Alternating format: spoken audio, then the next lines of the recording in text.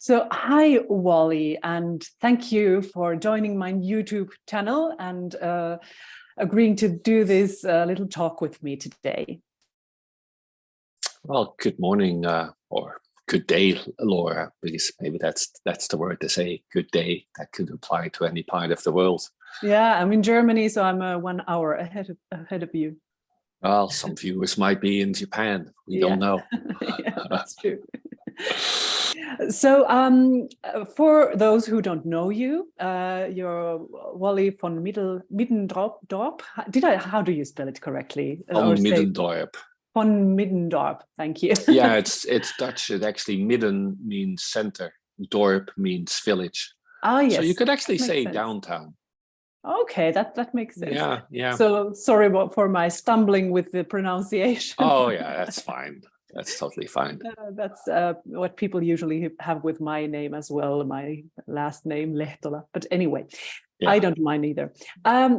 So I was wondering, maybe you could tell me a kind of short version of your story. You are a man who has worked in the music business as a musician and as a record label person and as a consultant and in all these different roles for a very, very long time. So would you kind of give us a kind of short version of your story in music?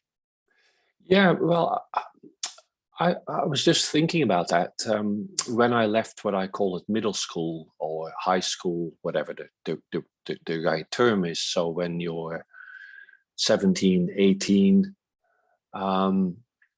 I didn't really know what to do. I did a student exchange program. I worked for a year. Then I moved to Amsterdam. I did some studies. They had a new education down there called, it was a management role within bookstores and book publishing. And at the time in Netherlands, you still had the military draft.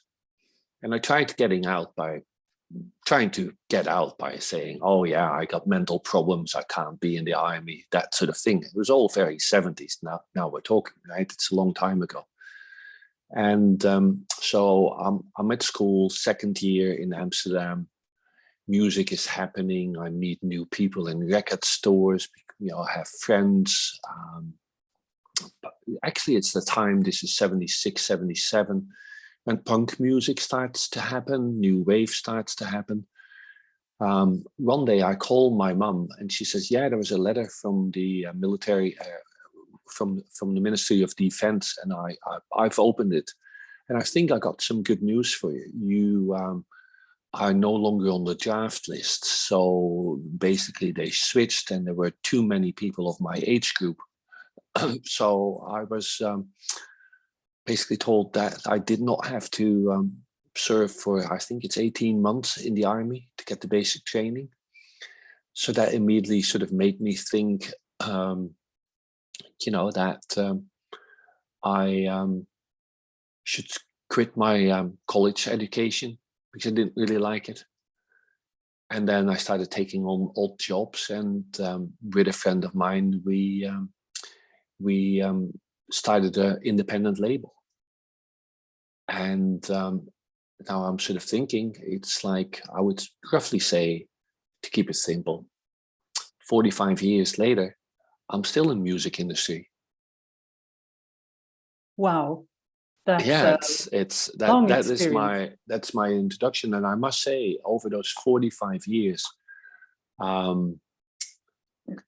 I've always, let me put it this way: it's always been a very positive experience. I've always enjoyed it. It was sometimes, it included being time away on business trips. It included time and being away, of course, at concerts or on weekend. I think there were only a few moments during that whole time where I felt, like I don't want to be here, where I had real difficulty with the circumstances where I was working. Right. So I say to people, Laura, I feel that I'm privileged to have worked in or still work in music industry, something that I've enjoyed, always worked with great people. And that there's only these like a handful of moments where things were tough. Well, that's exactly actually what I wanted to kind of talk with you today, because, well, you know, I'm a coach, so I'm always interested on the psychological side of things, like making a musical or artist career, and what kind of psychological aspects do you have to maybe master, and what you can expect on the way. So would you mind telling us a little bit about those experiences, that handful where you were thinking, no, I'm not at the right place? What were they, and how did you get through it? Well, there were a few moments, you know, and I always feel I'm first of all, my approach, and I think that's a good approach, is glass half full, not half empty. And there were a few moments. I was, I'm not naming the company. It's not really relevant. I was in a co-ownership with two partners, and we had conversations about a conversation about financial compensation. That conversation was never finished. It always moved on my part, maybe on their part. And that was actually when I said, I'm planning to leave. The leaving process, which was already sort of described, right? When you're a shareholder of a company, you basically, you have to offer your shares to the other shareholders and negotiate a fair price. Mm-hmm. That was the difficult part, the negotiation of the fair price. So it was actually more about financial issues than about being in music business, would you say? Yeah, yes, actually. Well, the company, and I love that company. It was and they're still going, and they're a great independent label company. I see, when I look at my career, I would say I made these changes possibly every 7 to 10 years. Mm-hmm. So I could describe my 80s working for an independent label in Netherlands. We had different owners, but it was still the same manager. I worked for a company in the 90s, still an independent label. Then I needed something else. You know, the sort of, there was a ceiling, and it was cool, and it was all great artists. And then I applied for a job at Sony, and that was a complete different world. Different artists, very much pop or R&B, mainstream artists from, I was at Columbia, from Celine Dion, Mariah Carey to Bruce Springsteen and Destiny's Child. Complete different business mindset. That only lasted 3 years.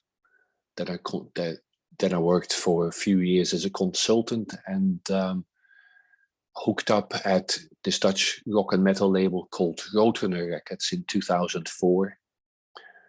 And that lasted 8 years, till they basically closed all of the international offices, because the company had been acquired in 2006 by Warner Music. Mm-hmm. So I also feel that when I look at my career, that I call it, again, I've been privileged to work in music, continue to work in music, have different work situations that I find I've learned from each situation something or multiple things. Currently working as a self-employed. I work with one client now over 10 years, but throughout the years I had different, mainly label clients. Mm-hmm. And again, you learn something from that. And it's different than what it used to be, when I was at the highest level of my career. But I still enjoy that, and every job gives you a learning experience. And when I look at these things, I know some people who work for the same company for over 30 years. Mm-hmm. Basically, I think in Netherlands, there's a thing when you work for a company over 25 years, they present you with a golden watch, that kind of thing. Like, Yes. The award, well done. Yes. You're on your way to your retirement. Yes. Um, Yeah. Thank you for being here with us for 25 years.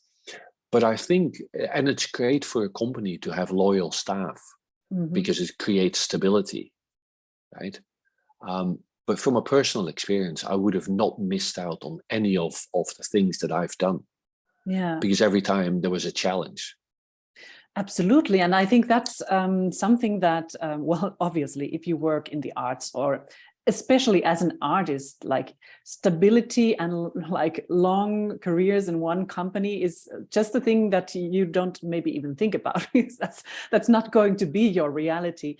But that also brings about, you will probably have to deal a lot with rejection, getting no's, maybe getting let go from some kind of a cooperation. Like these setbacks even maybe are a part of this career in the arts, or what would you say to that? Oh yeah, when I think this is also the great thing when when you're, I call it, right now I'm in the autumn of my career, and that what I'm trying to say is I've had my top jobs, and things have changed, and I'm happy with what I do now. Mm-hmm. But it is at a different level, right? Yeah. It's like you're no longer a managing director or a president or running a department. Yeah. When you're younger, and I remember that one of my jobs, I was up for I think a managing director role or general manager role at a company in Netherlands, and it didn't happen because we could not agree about, I think it was 500 guilders at the time. The owner of the company was just not willing to pay that, and it was a big disappointment, really big disappointment. Now, when somebody doesn't want to, I call it, cannot afford to pay it, Mm-hmm. or doesn't want to pay something extra, I just move on. Yeah. Because now I trust that I'm no longer in a panic situation. Panic, I've never worried situation, Mm-hmm. where I think nothing will present itself. Because I've also, Okay. yeah, because now I feel relaxed that things will come my way. Yeah. But I need to work on it. That's interesting, because this is a subject I have been personally thinking a lot about recently. Sorry. This kind of being able to relax to the state you are describing, like trusting that things will come my way. And I think this is a thing that many artists who are aspiring to be an artist professionally are also experiencing.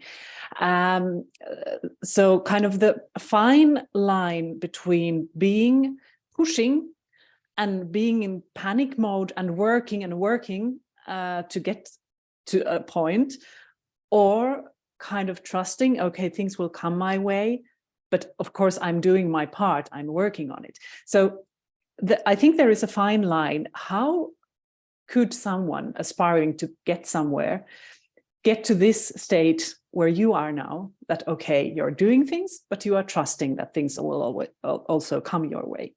Because I think that's much nicer to be like that. Well, first of all, it is a state of mind. Yeah. Right. I do sometimes things come my way, and I'm not saying that I do not worry, but I'm in a pretty good place, and of course that's something that I've achieved throughout the years.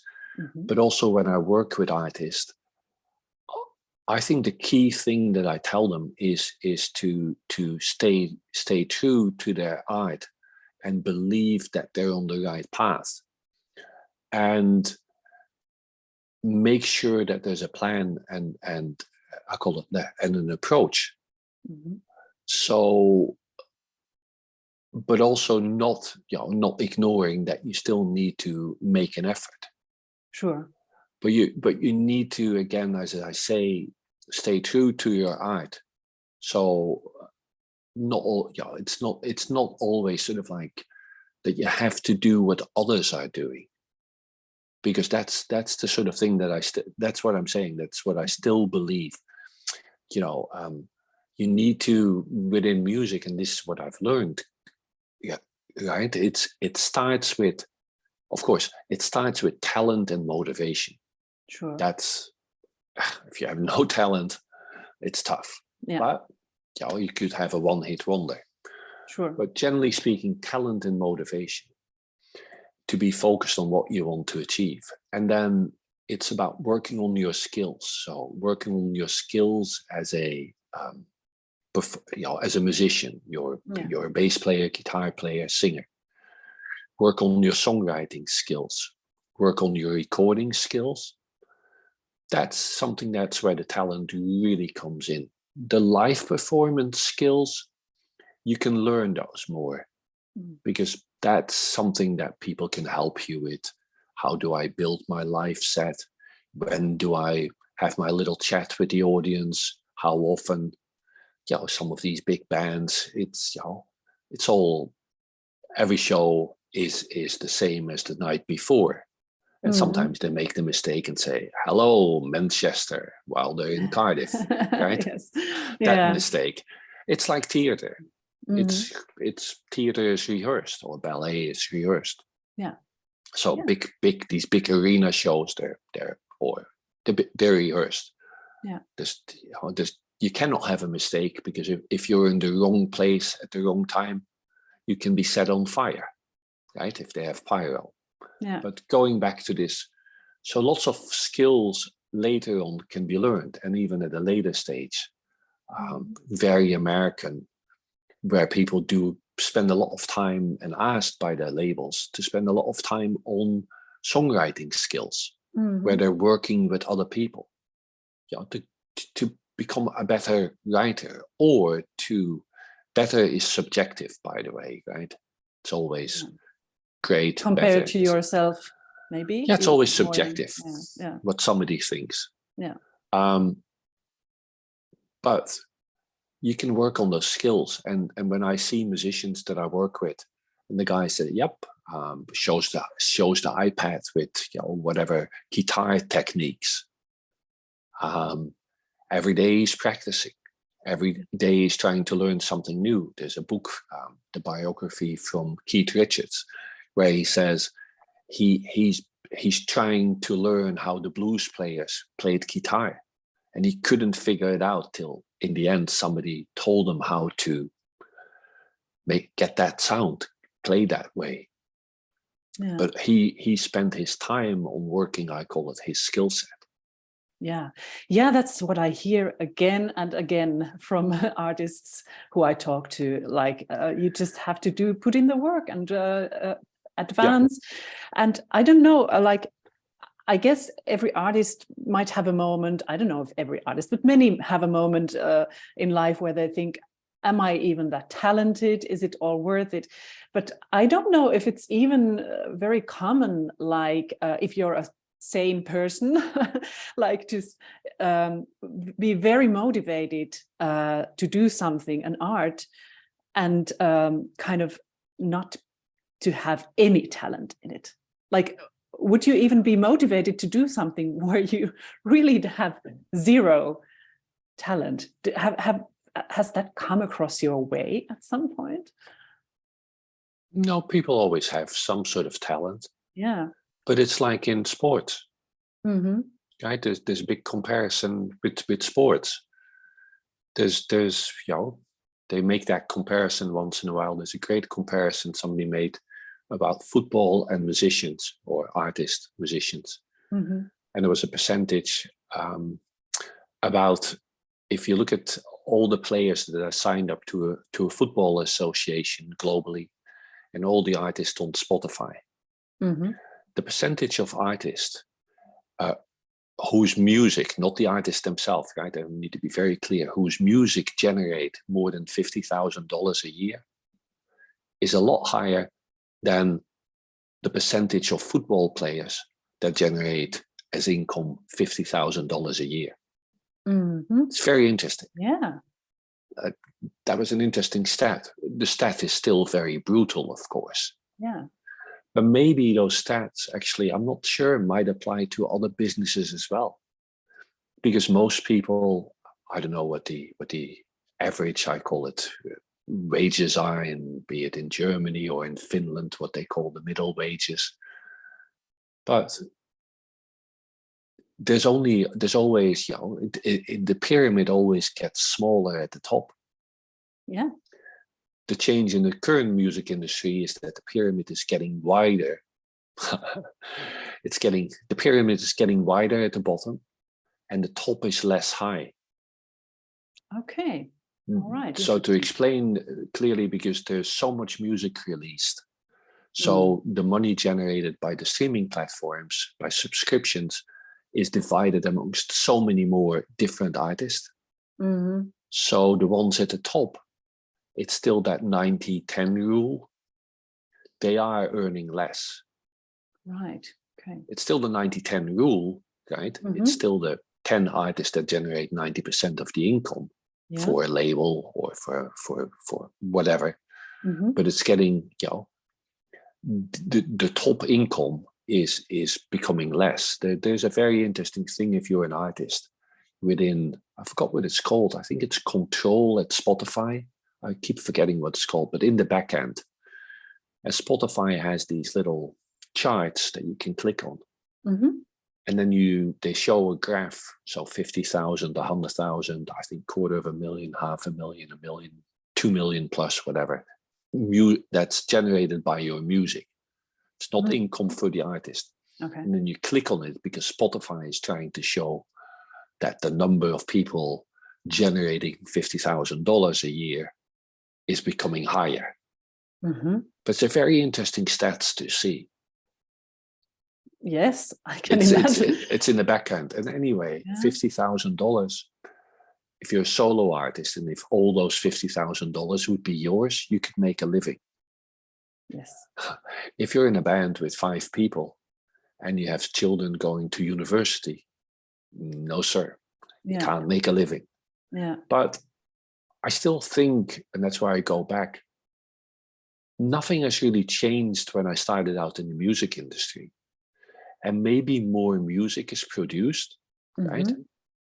And also lots of music that's being released with what I call filter. Because in the 70s, 80s, or even 90s, there was vinyl, there were cassettes, there were CDs. There was a filter. There was always a filter. Yes, yeah. More of a filter. So people could still make music in their bedroom on a tape recorder or even on a cassette recorder, but it would never be released. Yes. Nobody would actually know about it or need to know about it. Yeah. And that there's still lots of music released out of those 100,000 tracks or whatever a day. That's just, I call it rubbish. Yeah, surely. It's not my call, but when I have an artist that I did some work with, and it was funny. We talked about, he had an album recorded, and then he told me that his guitar player, bass player, and drummer had left the band. So it was only him and he was not, singer, guitar player, and bass player. So it was only him, he is not the singer, him and the drummer. And then he said, and my personal situation is changing. I want to start maybe I should start releasing as a solo artist. So I'll self-release my album. And I thought, what's the point? The band is no longer there. There's no support from the musicians. You cannot tour it. Maybe you need to accept, like, this happens a lot more, I think, in the world of writers, right? Fiction or non-fiction, where people work on a draft of their bestseller book like for 20 years, and then it gets released when they're 45 and becomes a global bestseller. Of course, an exception, but you know what I mean? That doesn't happen in music. Yeah. So you kind of need to have people around you.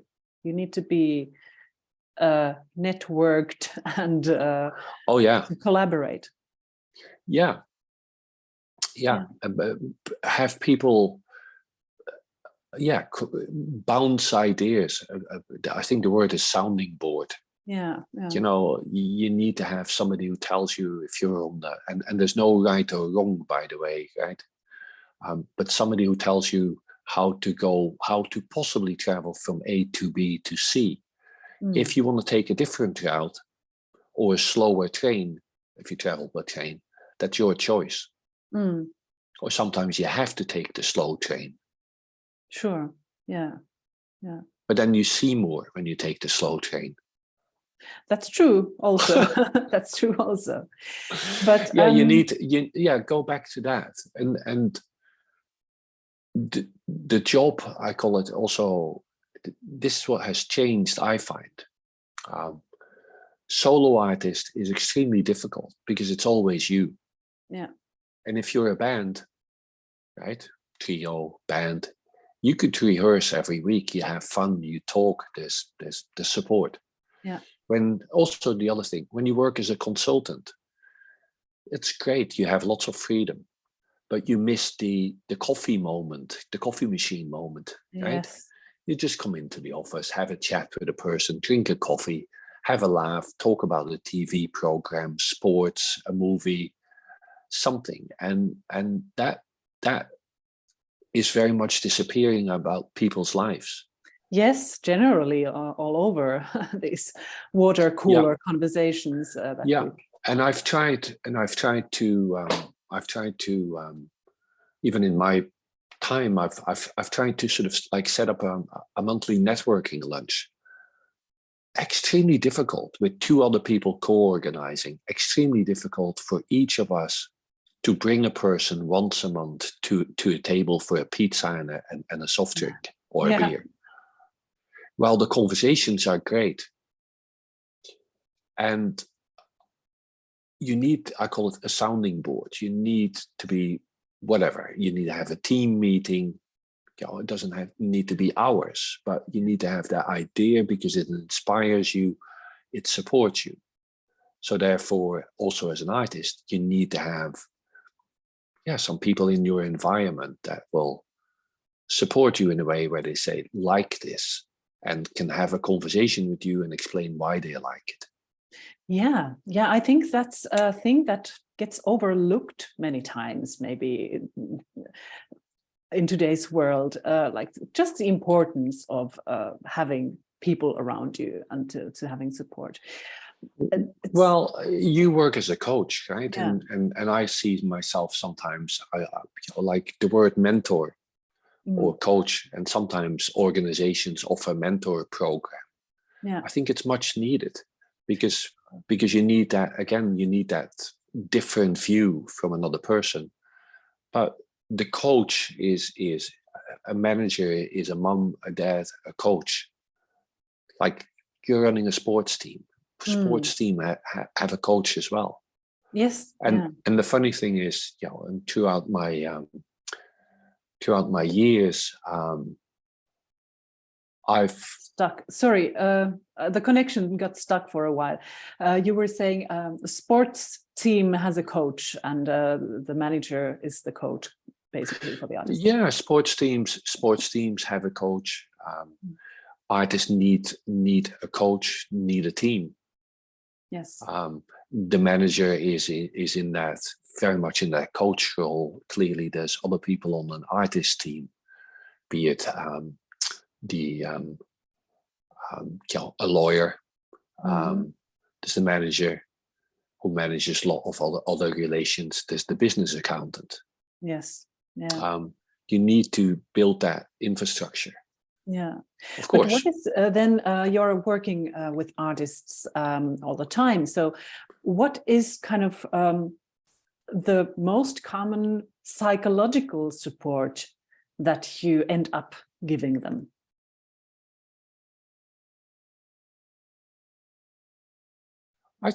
Well, in my case, I would say, I call it encouragement. Yeah. Trying to tell them what the way forward is. And the more you work with, I call it, this is interesting as well. I've found that when I was in my early 30s, I'd finally grown up. I'd finally become an adult, mature, right? Yeah, that happens. Well, and that happens within music as well. You know, when certain bands, I thought they were a pop band, and they are a sort of an alternative pop band. When this band Imagine Dragons many years ago from the US started exploding, I thought they were some sort of indie band. No, but those guys had been around in other bands, had done other stuff. So they were late 20s by that time.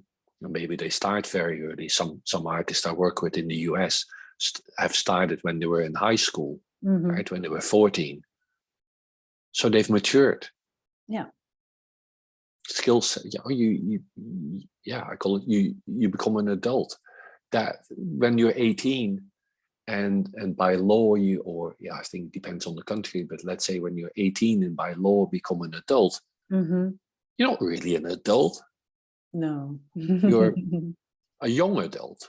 Yes, but that's encouraging, of course, obviously, in this world where youth is much appreciated, and kind of the goal, which is an impossible goal because nobody can reach this, but like you find it actually a good thing that we get older and we mature and our art matures, and that's kind of a thing we can look forward to, or?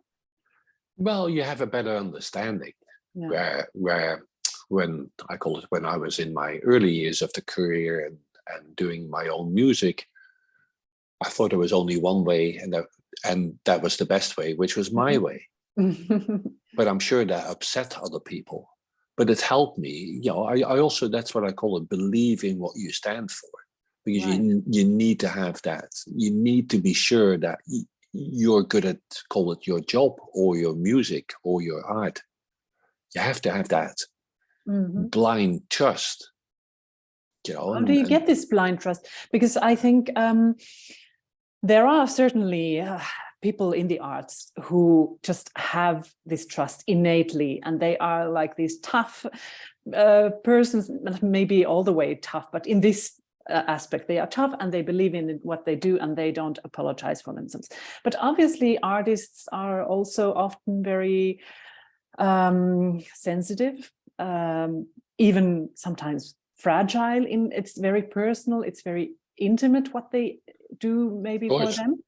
So how can a person who is like this, and those kind of personalities can make excellent artists just because of this personality trait they have, but how can they, in your opinion, develop their person so that they can just make it, so that they don't have to compromise and they don't have to call it quits because it's too hard and they get rejections or whatever? Well, that's a tough one, Laura. When some artists that actually perform are insecure, introvert, although they go on a big stage, have to meet lots of people, right? The thing, of course, that has really changed is the time that in the music industry that's given to artists to talent to develop. Yeah. You know, if something now doesn't succeed after, let's say, 2 albums, if you even make 2 albums, or you might record an album and it gets never released. The talent building, the patience that was definitely there for many years, and I just use the period, let's say the 70s, also 80s, but where people like Lou Reed or David Bowie, they were not directly a global success. Yeah. Everything is expected to give a very fast return. Yes.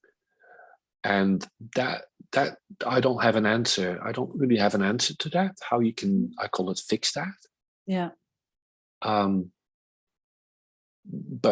there's still clearly, this is the other thing that I still, there's still lots of people out there that recognize talent and recognize that the talent needs time to develop. Yes. Maybe that role has shifted more, I think, in recent years towards management, where the manager is the all-in, the hub for everything. It's like the artist is at the top of, to use the pyramid, the artist is the boss, but the manager is also high on the pyramid, and the manager manages the merch, the touring, the label relationships, the publisher, not the business manager, because that could be a conflict of interest, and not the lawyer of the artist, of course. Again, that's something else. But you need to be building a team. Yeah. And I think, again, this social connection can really support you, like if you are a more sensitive person. But you need to be sensitive people. I'm not saying, but sensitive people are aware of how they stand in life. And if you can do this slight self-analysis, then you might recognize that you need, again, I use this word, sounding board. That you need some trusted people that you can bounce ideas with. So I was recently let go by a client. It wasn't extended. Had a chat with a few artists, and one of them, and I'm not. It's just how it is. We had a conversation. I think we had a good relationship. He's playing. He's doing some shows in London. A show in London very soon. And I know about the show, right? I could go, but actually I'm not going for the reason that I want him, if he wants to have a work relationship, especially when there's very little or no money involved, I want him to take that initiative and say, would like you to be at the show, would like to have a conversation. When I work with some artist, and there's no money involved, and it happens a lot, right? Whatever the role is, consultant, manager. If there's no money, there's no money. It's an investment of time. Yeah. If the artist is not driving the 2 weekly call, I'm not there. Okay, so it has to come from them, the motivation, the in that way, connection, wanting to connect, wanting of to course. have a sounding board with you. Yeah, because I'm doing this. Yeah, I call it of course. That's my filter. So you're not the father who goes after them and, hey, could we talk? No, No, I have two daughters. They're proper adults now. I've always said, and I was with my oldest daughter the other day, and I said, and she said, yeah, I remember that. So I said, when you're through secondary school, so 18, around that age, I'm done with being a parent. Now, I'll always be your father, and I'll still be a parent, but I'm done with the parenting. If you want to go and study, fine. If you want to make and one of them made a change in studies, that's fine. If you want to, whatever, if you want to, start a work career by really working and training while on the job, it's all your decision. And one of my daughters did American studies. That means you could work as a journalist, correspondent in the US, mainly in the US. Well, there's not many jobs like that. Now she works in HR. So, but I always said, and she reminded me of that the other day and said, yep, I remember. You said you were done when you were 18. Yeah, when I was 18, I could always come to you, right, for help and support and anything. But you were no longer holding my hand and saying, how are your study results? You have to make sure that you graduate, because that's how I operate. So when I work with an artist, I do feel that is their minimum requirement, that they show that they want to work with me. But I think that's a very good approach, in that, if you would go after your 20-year-old daughter to kind of call once a week and ask, so how are your studies going? Are you getting good grades? you would kind of take some power away from them, like you would steal some responsibility, freedom, and power from them, and that's probably the same with artists. Yeah. Because you can with artists or even staff, right? But let's say with artists, you can show them you can show them which roads are available for their journey. Yeah.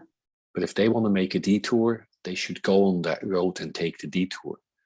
But what I do find is that there needs to be a dialogue, and especially when you're in, and this happens a lot clearly with labels, management, where they sign artists and only invest time, money. So if the artist is not in a dialogue and commitment, right, and showing that they're engaged, then it's sort of like you're set up for failure. Yeah, because I can understand that, because you are, as a label or manager or whatever, you are investing in the artist, who is a person in themselves, who are interesting because they are who they are. And if they just kind of give up their responsibility and their independence in a way, and just are like, tell me what to do, do it for me in the best scenario or worst, like that's not anymore the artist you are investing into, isn't it? Yeah. Well, artists again need to build community, right? So first of all, ideally, artist has a team or builds a team. Yeah. But that only happens at a certain point, and then artist needs to build what I call it community, community with other artists, right? Ones that you collaborate with. Sometimes this happens a lot when an artist reaches out to another artist on Instagram, like follow me. Everyone knows what the drill is. But I worked with an artist who set a simple goal. He said, I want to have 1,000 followers on Instagram, and I'm going to do it in the proper way. I'm going to spend, and he was spending lots of one-on-one conversations, going back to, and so he made connections, and connections that were just more than fans. That could actually be connections where he could work as a co-writer. The interesting thing is, what I find is that when I call it, go back to being in a job, is like, we all know that our inner circle, right, that we talked a little bit about being patient, that if you trust, if you have confidence about your own skills, or you can manage to have confidence about your own skills, then you need to go to your inner network and ask people for help. Right. So ideally, I would say, ideally, but no longer, I thought LinkedIn was a great tool, or it's a great connector.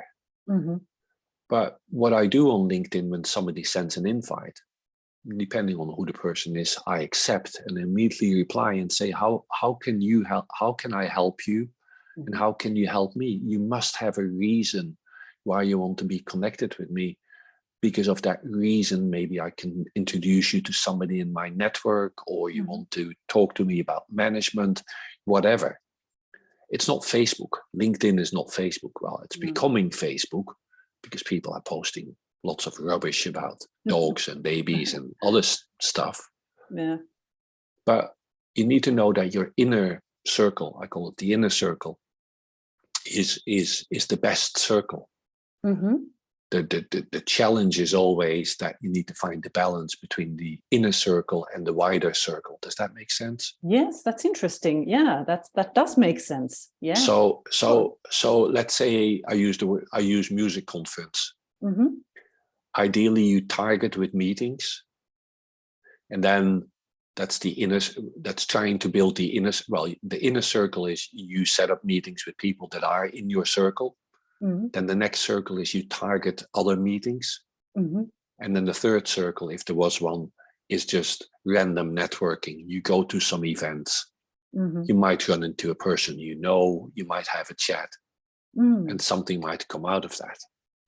Well, that's a very nice way to structure networking, because networking, it's just so important nowadays. And I'm someone who sometimes struggles with that, because I'm basically an introverted person. So I like to be on my own and just do my own thing and be free and stuff like that. But I do network, and we've come across through networking also with you. Yeah. So it's just so important, and any time I do it, I'm like so happy I did it. It always gives me energy and input and insights, and it's really a positive thing.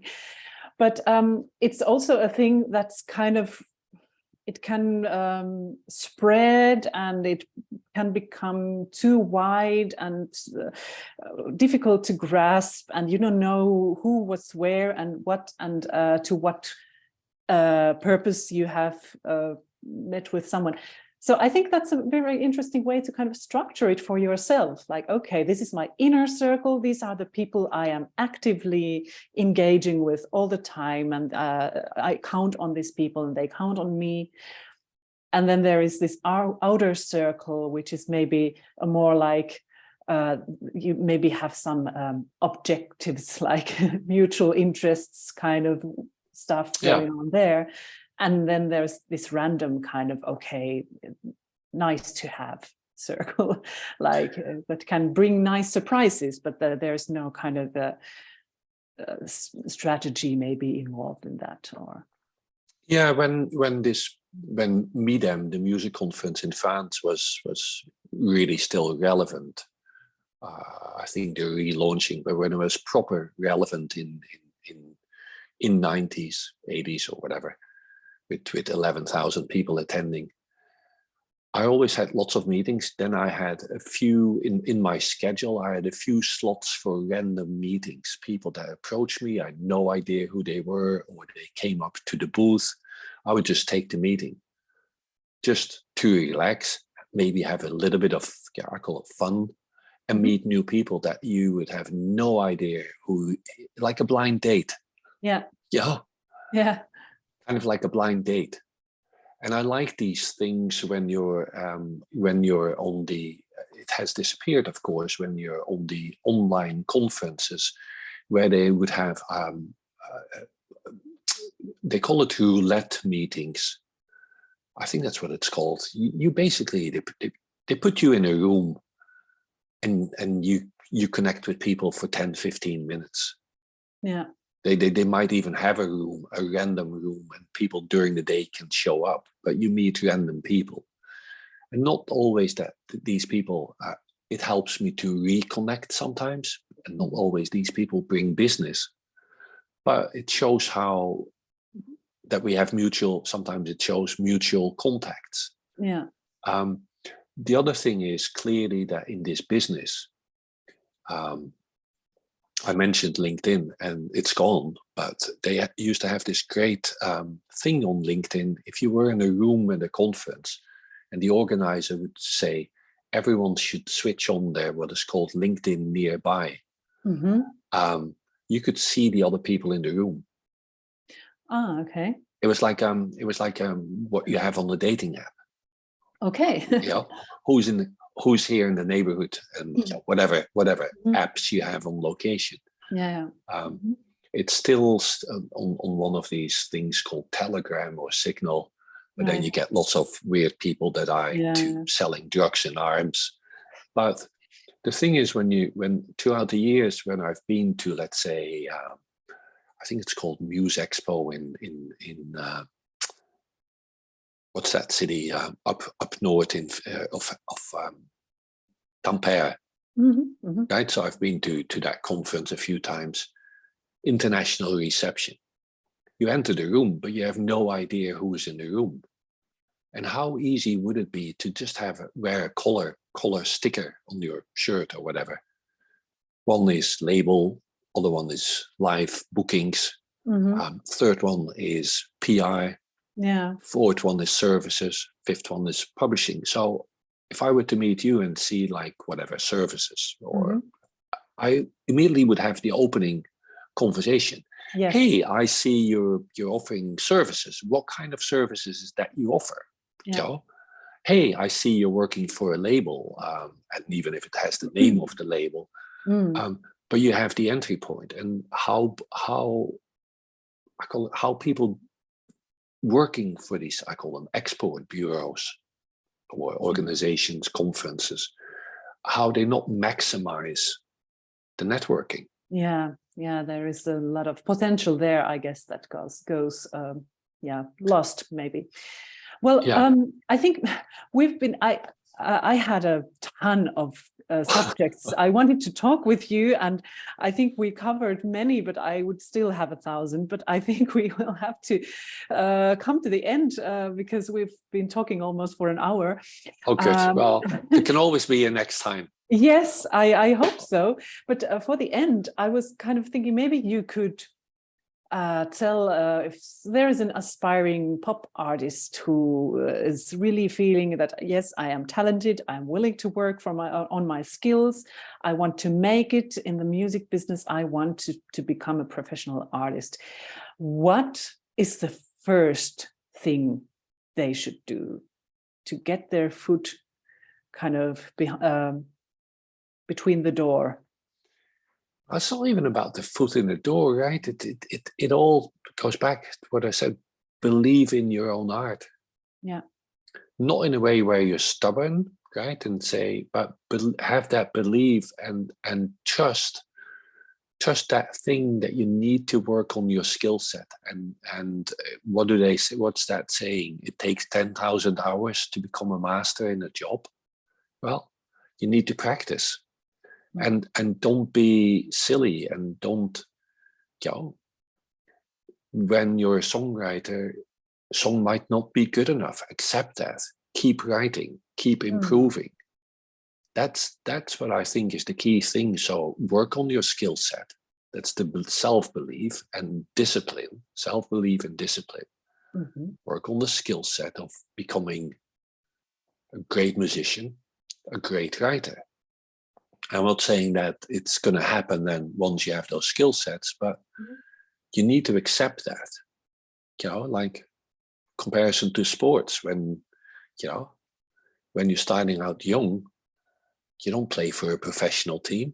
Yeah. It takes hours. You need to go to the let's say to the football academy. You need to spend that time and have that belief. Not always easy. No. That's the hard part. Yeah. Well, that's the hard part, but I think that applies to any job. Yes. Believe in your skill set, and either if you want to be a good carpenter, a good accountant, it takes training, and you need to invest in training, in school, in classes to become at that level. You need to learn those skills. Yeah. And you need to, one has a talent for numbers, the other one has a talent for music. Yes. That's why I still think that it is commitment. So go to the rehearsal room, sit in front of your piano or with your guitar and just get to work. Yeah, and keep writing. Yeah. Keep writing and then ideally, if you have a few people in your world that you can set the sounding board, who you trust, they might say you can do better. So work on your skills. Don't give up. Have a sounding board. Have a group of people who keep you motivated and tell you where you're going. That will help. Yeah. Great. Thank you for this. You're very welcome. Advice. I really enjoyed this. Thank you for your time. It was great talking to you. Okay. You too. All right. See ya. Bye.